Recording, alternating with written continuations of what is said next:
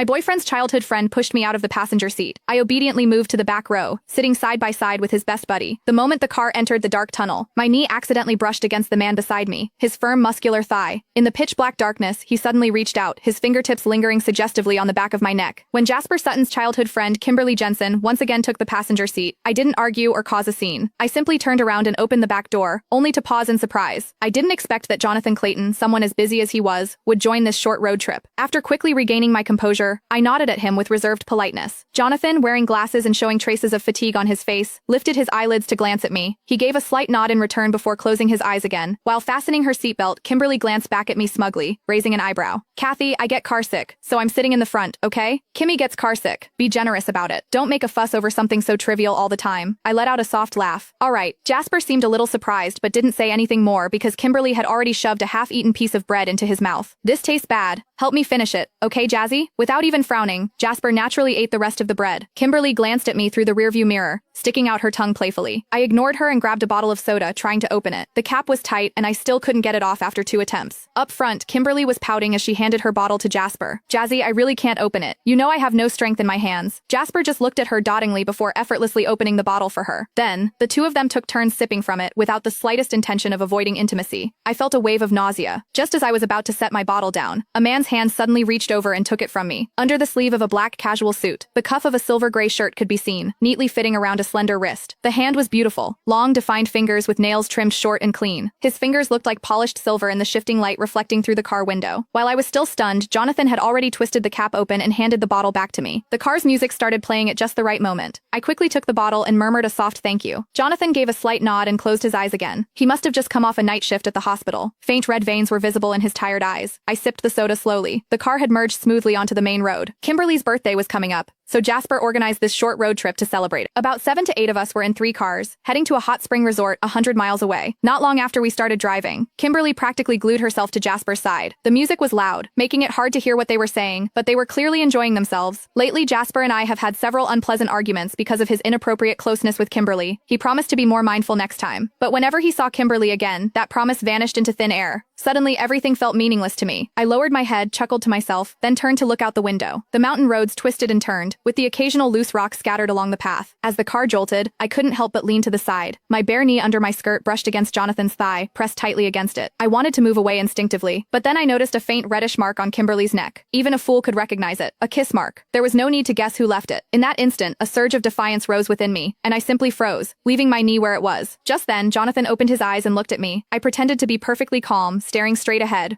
Click the link in my bio to get the full story for free.